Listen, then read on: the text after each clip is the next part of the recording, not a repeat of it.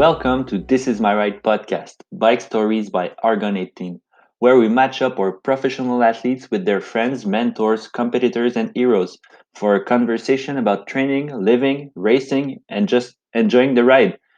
My name is Marc Olivier, Social Networks Manager at Argon 18, and today it's a very special podcast because we have Albert Cabbad, CEO of R&A Cycle, in a conversation with Martin Le Sauteur, CEO of Argon 18, about the bike industry in 2021.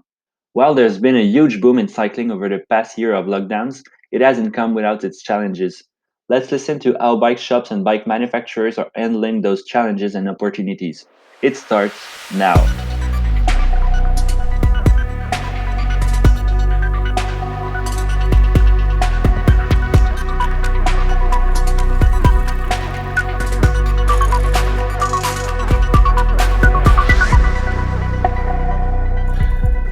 So thanks, Al, for taking the time, to spend time in your busy, crazy day, week, year that you're having.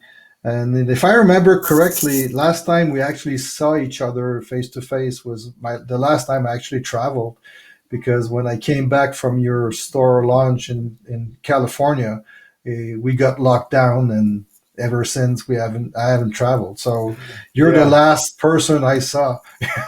That's right. That's right. We closed 10 days after that. Yeah.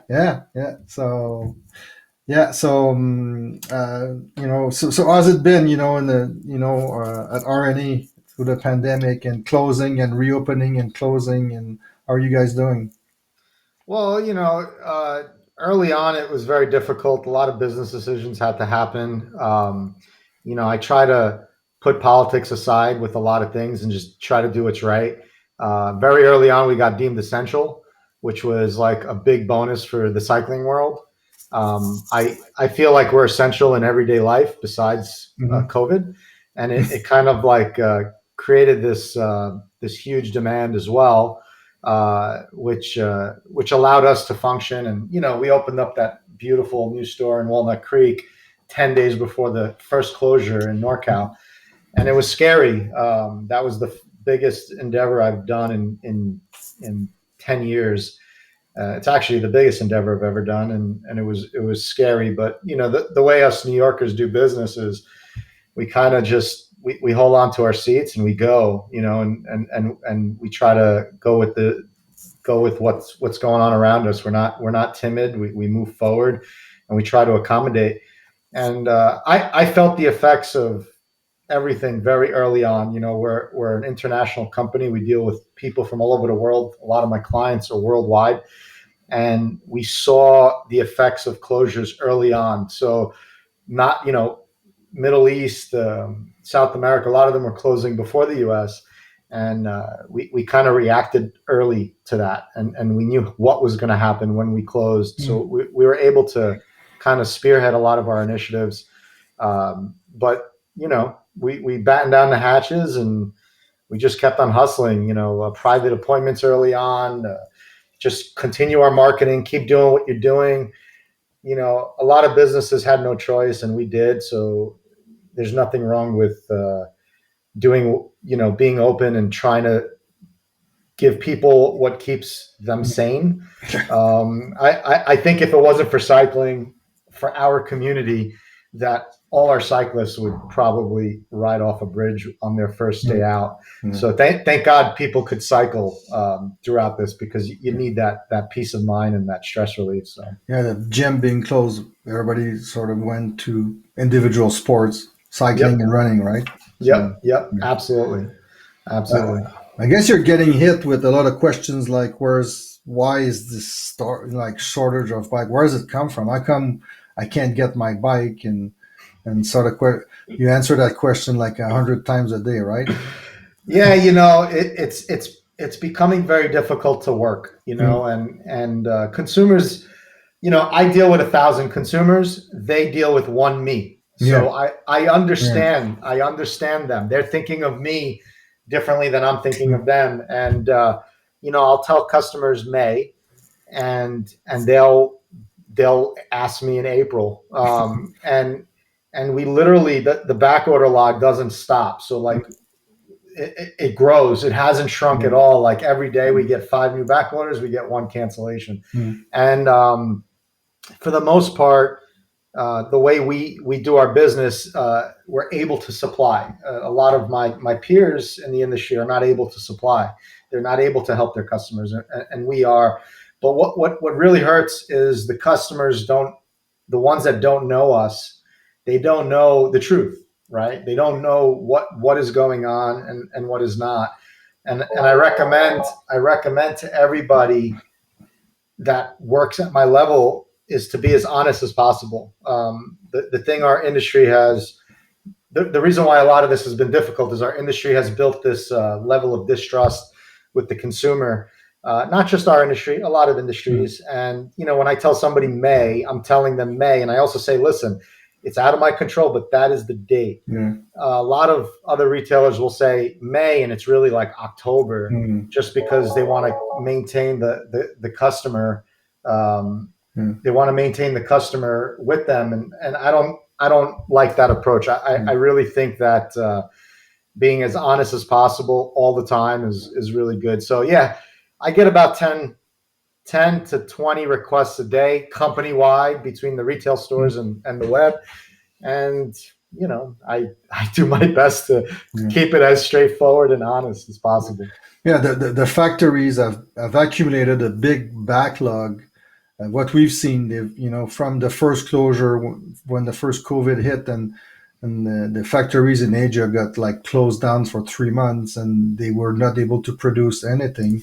And getting the employees back into the factories was a nightmare, because every employee had to do a 14-day quarantine in the factory before they reintegrated production. So I think they never caught up. They're trying to catch up, but the demand is so high that they can't catch up. They are not adding new facilities, because you cannot invent overnight and put although the Chinese have built an hospital in a month, but they can't seem to build a new carbon factory in a month. So it's probably because they don't want to, and they might feel that this is this is not going to last forever, and they'll be stuck with overproduction. So that we've seen that talking to a lot of our suppliers. So they're just they've added shifts. They had the office employees go into the factory, but they are not they are not building new factories.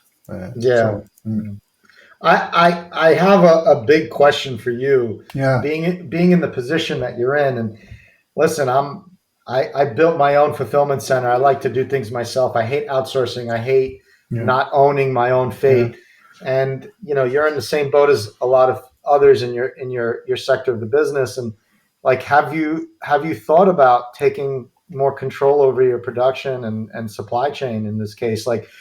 I don't know, just from the outside in, I feel like the cost of dealing with the Chinese have really just outweighed itself, Well, it's what we've done is, in terms of supply chain and assembly, we've taken, we were working this year with a Taiwanese assembler, which were sort of taking over our supply chain and outsourcing some of that. And we decided during the pandemic to sort of break that and bring all the material to Montreal and assemble in Montreal for North America. So we did take back our own control.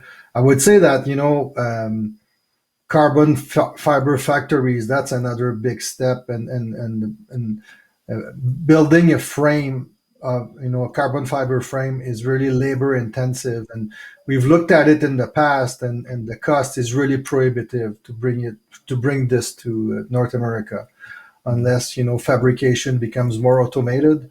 At this point in time, the techniques that are used is really manual intensive, and you need cheap labor back actually to be able to be competitive in price. I guess some of the competition are doing the very, very high-end bikes in local, and they bring it local. But when you go down to a more affordable bike, you basically have no choice but to still be in Asia for that. So. Makes sense. But in terms of assembly, we are taking it back, and we did that this year to be able to actually deliver on time in May, like you're saying, to our suppliers, to our retailers. Okay. So yeah, I'm a bit like you. I'm a bit, I say very often, only the paranoid survive. A bit paranoid about all these things, but control has a cost. It's when you look at the texts are coming in.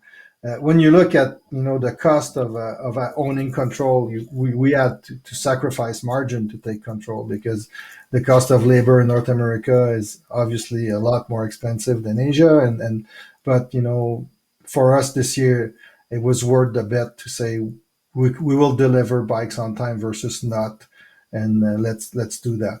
So wow, yeah. Listen, I got space upstairs. I'll teach some people to build some bikes. We'll make some carbon molds right here in Brooklyn. Yeah, and you develop a relationship, and actually, that those carbon factory in Asia, they're not only factories. There are engineers, and they're pretty smart engineers in there that we work with, and we collaborate to do what we do. So it's not something you can change overnight and outsource to a different factory overnight either. You build relationships, you build confidence. Creating a very light carbon fiber frame requires a lot of high technology, and some of these factories actually, obviously they're making our bikes, but a lot of other brands, and they're able to invest massively in new technology and new techniques. And you need a lot of volume to be able to do that. So a smaller brand like us would be difficult to really innovate as much if we were just doing it ourselves. Of course, absolutely. I don't think you can get caught up in the conspiracy of things that's going on, but I don't think the consumer realizes the magnitude of what happens in our industry. Like I could only imagine what just what I know is just like, okay, great, we got frames. All right, we have no headsets. Like, oh, we have the headsets. Oh, now we got no front derailleurs. And it's, I bet you have a ton of stuff in your warehouse, but you just can't complete it. Exactly. Like when we switched from Shimano to SRAM, we did that very quickly because the only thing that was certain is that the lead time would get longer, not shorter, and then we said, okay, do we just sit and wait, or we do something about that? And then we switched to SRAM because they still had, decent lead time.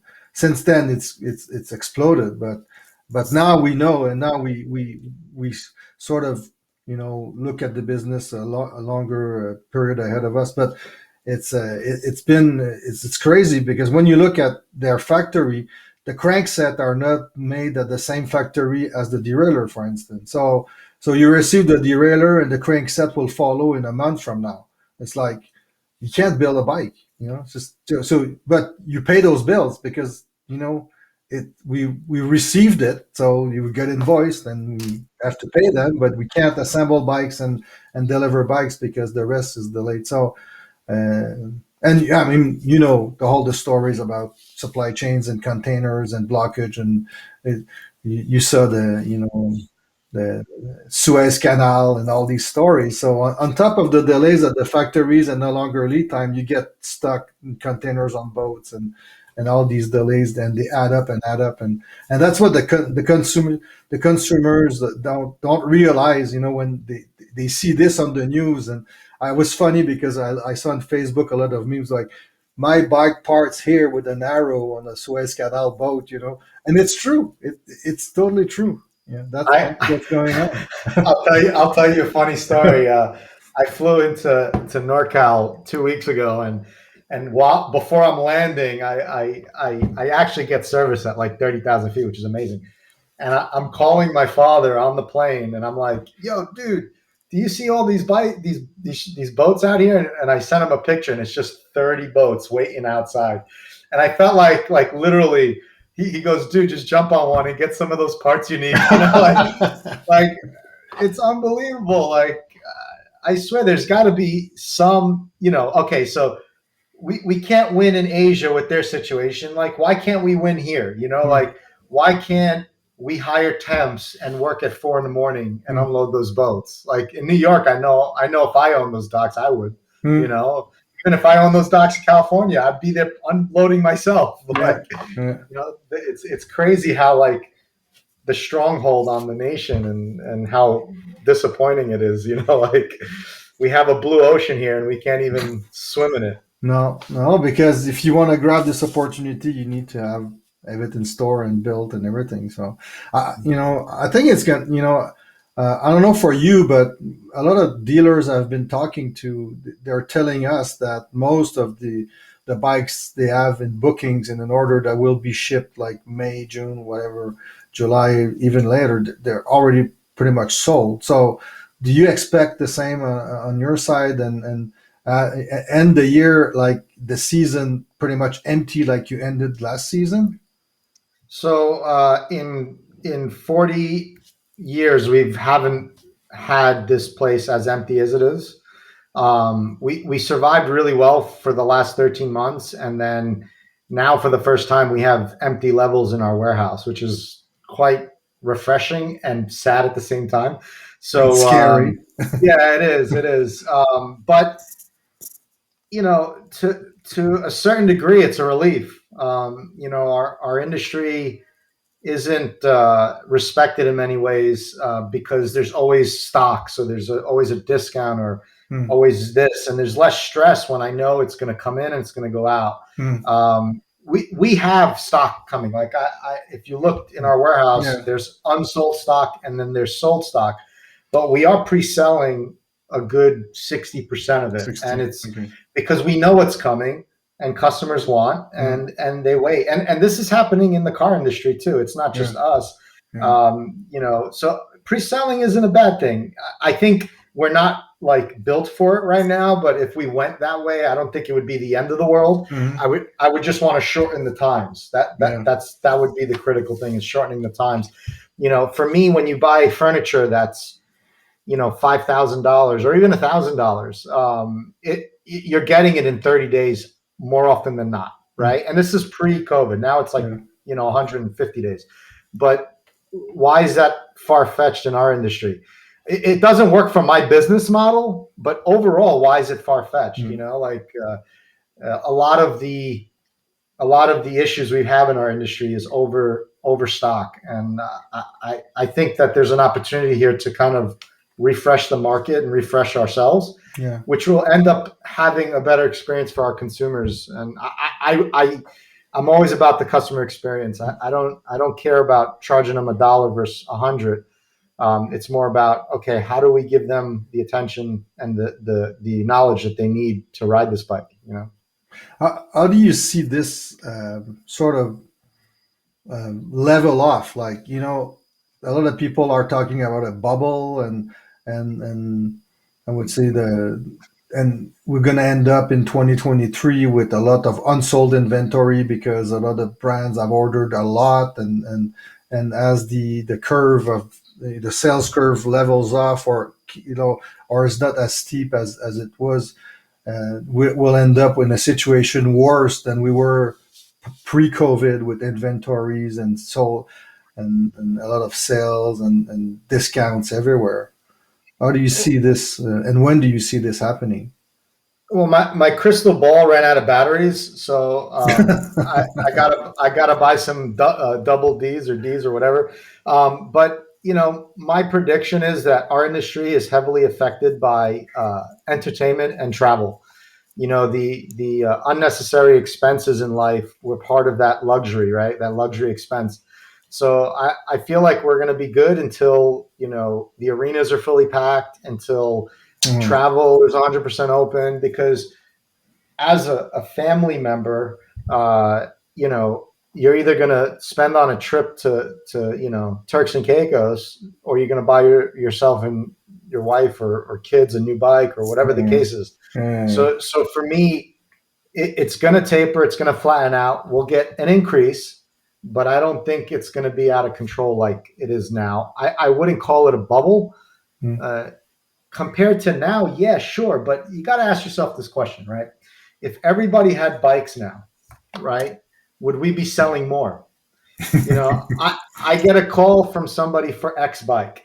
How many other dealers got a call for the same bike? You know, this happened before to us where we were getting the calls, but it was only because we had it, right? So there's that fine line of, okay, there's a supply issue, who's got the supply, and then what happens when normal everyday expenses are incurred again. I pray that people who came to cycling stay here, right? I pray that they learned something from the sport and fell in love with it to the degree that they stay. And as an industry, we have to hope for that. And if they did, then we will grow, but it won't be as out of control as this. And you as a manufacturer are responsible for the fate of the industry, right? You really the big guys, you know, if they start flooding the market, then we're going to go back to where we were, you know, in 2012, I think it was. I forgot the year, that it was just way too much stock. And then what happens is it hurts R&D, it hurts change, and it hurts us, you know, the retailers. So. Yeah. So when you see the people like buying bikes right now, have you seen a change in the profile? Is it like newcomers more than people who were sort of upgrading their bikes? And have you seen a change in your customer profile, like in the recent last year because of COVID? Not really. I always catered to the affluent buyer, you know, the buyer who just wants to be healthy, that is very educated, and they want to grow. A lifestyle person, not a racer, right? We worked with racers, we worked with professional athletes and stuff, but that every year just gets smaller and smaller, and our clients are more lifestyle clients. And what happened is a lot of those clients are telling their friends, get out, get out, get out. And that's where the growth is. So it's still a lifestyle buyer, right? It's the curve of race and lifestyle is still going down and up. And you know, and that's good, because for me, our whole sport is built on the camaraderie, the socialness of it, the community of it. And if that keeps going, like, we'll keep growing, you know, like we've been stale for 5 years before this, right? So I'm hoping that this new community that we're building is going to stay. And you know, the key to that are retailers. The key to that are retailers. If my team is making the experience fun, exciting, changing the attitude of the industry and making every customer feel welcomed and enticing them to be part of the community, then we're going to grow. Like that's it. And I told a few colleagues of mine, it sucks that a lot of retailers they just can't get supply, and they probably will close down. But the ones who are part of that community, the ones who are creating the experience, the ones who customers will always be loyal to them, they will survive, and they're going to help us grow the cycling community the right way. So you know, there's a silver lining in everything, even in the supply chain issue we're having now. So yeah, it's gonna flatten out, and we see that as well, like in terms of the orders we get, in terms of the race versus gravel versus endurance. You know, we see clearly like a big takeoff in anything that's gravel, which is more lifestyle, and endurance as opposed to race and being fit and thin, you know. So more accessible in terms of for everybody, as opposed to the cycling image that was more around winning race and the Tour de France, and you know, and everything that comes with it. So there's still a demand for that, but it's not. I can't say this is where the growth is right now. It's just like you described it. Yeah. Agreed. Electric as well. I mean, I think we've seen a lot of growth in electric, where you know, people like, it's just more. I was reading a study the other day around electric, and they took two person on a mountain bike, and one was electric, and the other guy wasn't, and they both were wearing like a heart rate monitor, and they wanted to see if the exercise you got out of the bike, was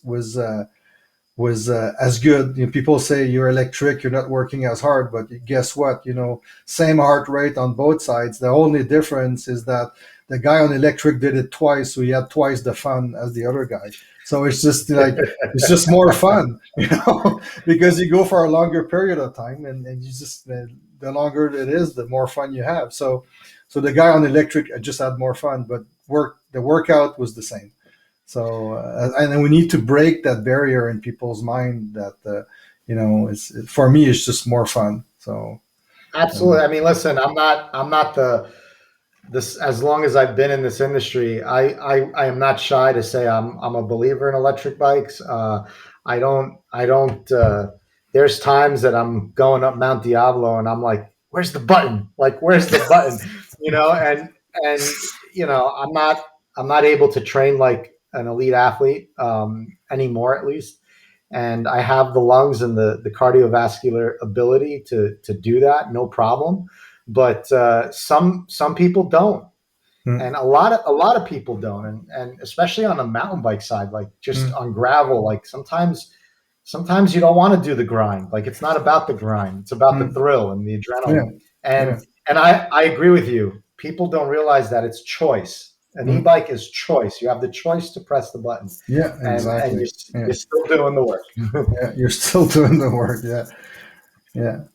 All right. So, do you have any more questions for me that you get every day that you need answers? Aside from when am I gonna get my bikes?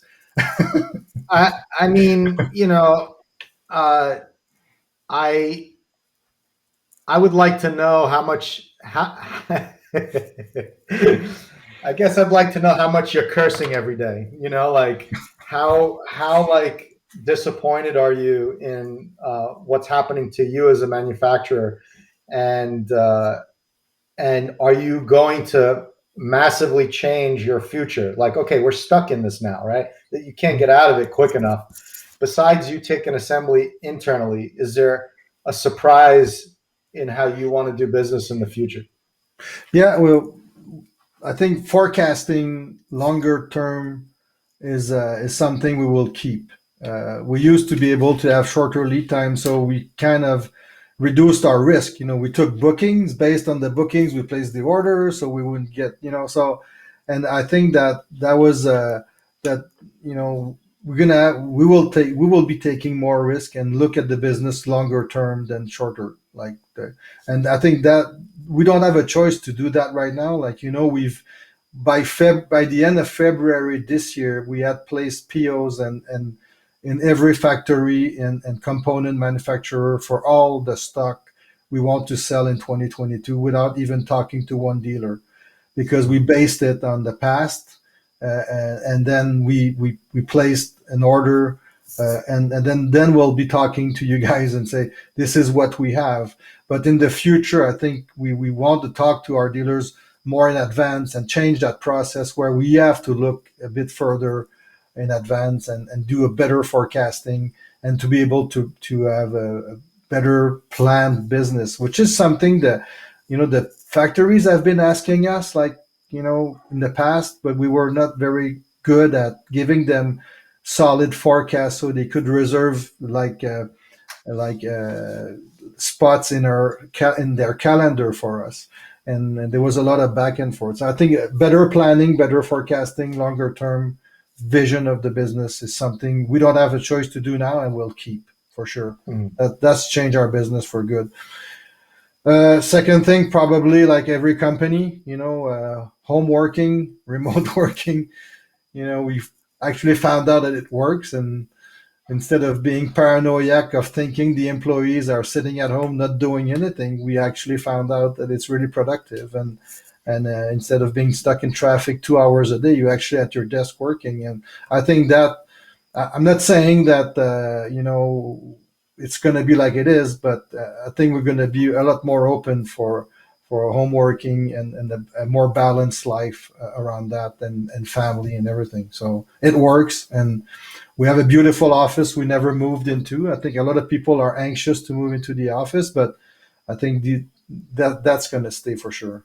Anyway, for me. It's not bad. I agree with you. Sometimes you get more work done at home. Yeah. But like you have to be there. You have customers. You have to be there physically. For us, we don't have a shop. We don't have a store. Although in Montreal, our showroom will be open to the public. That was the idea behind our new office, so people could walk in and look at the bikes and then be referred to a dealer. So I think that's going to stay for sure. Yeah. And less travel, less travel, probably. We've been doing this for a year. We haven't traveled any. God, it works. Yeah, So it does. maybe less travel. Yeah, you need still miss that connection. We still need to visit the factories and everything and build a relationship. Because when you don't have that close relationship, it's hard when you have to ask something special, a favor, or if you've never met the person. But I think that probably less travel is good. Yeah, I agree. I mean, listen, I'm traveling a lot just because of the multiple stores, but for the most part, when a rep comes in, I'm just like, just call me. Like, we could talk on the phone. It's okay, Yeah. But engaging with customers is critical in my business, Yeah. without question. Yeah. Without question. Yeah. All right, we're into how much time do we? 33 minutes. So I guess that's the attention span of an average human. If we don't want to lose people on this podcast, Definitely. thanks for your time. It's precious, and thanks for your business and support. And hopefully, we'll have a few containers landing in our parking lot in the coming day or two, and we'll be able to supply you and have a great season. That would be nice, man. And thank you for sticking by me as well and supporting us as a brand in all our stores and our website and so on. So appreciate everything. And you said Mont Diablo. That's probably my last real good climb I did last year. That was good. It was hard. It's hard. It's a tough one.